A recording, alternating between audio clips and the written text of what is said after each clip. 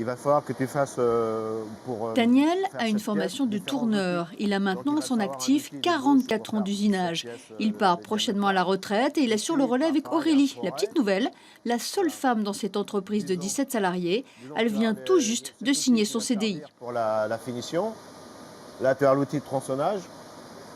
Là, c'est pour faire Après son le plat qu'il y licenciement a en sur cette 2009, Aurélie a pièce-là. fait plusieurs petits Tu vois, métiers hop, avant de se lancer un peu par hasard dans cette voie. hein, comme tu vois. J'étais en fait à Pôle emploi et ils proposaient une formation de tourneur-fraiseur. Vous saviez ce que c'était? Pas du tout, j'ai été à La Réunion et bah, je me suis dit pourquoi pas, il y a du travail là-dedans, donc on y va. J'aime bien créer des pièces, savoir où ça va, ce que ça va devenir. Et là aussi, bah, tout ce qui est programmation, c'est super intéressant, quoi.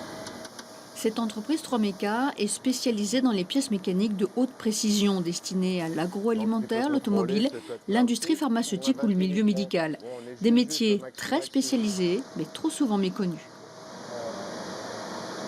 Les opérateurs qui travaillent sur nos machines ont besoin d'une grande formation. Nous sommes plus sur des machines conventionnelles. Ce sont l'étape du numérique, de la programmation sur du 3D. Les pièces sont de plus en plus complexes et de plus en plus précises. Et c'est vraiment une autre image qu'il faut redonner à l'industrie. Ce jour-là, au lycée professionnel Charles Tillon à Rennes, une conférence de presse est organisée. Enseignants, élèves, professionnels, tout cela pour communiquer sur la formation de techniciens d'usinage.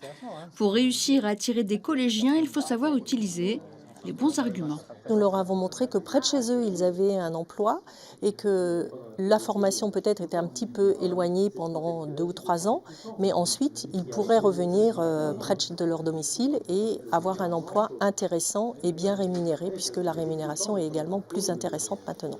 On estime à environ 300 postes à pourvoir sur le métier de l'usinage pour les entreprises bretonnes. Donc on tient absolument à être solidaire des lycées professionnels pour attirer les salariés de demain pour nos entreprises.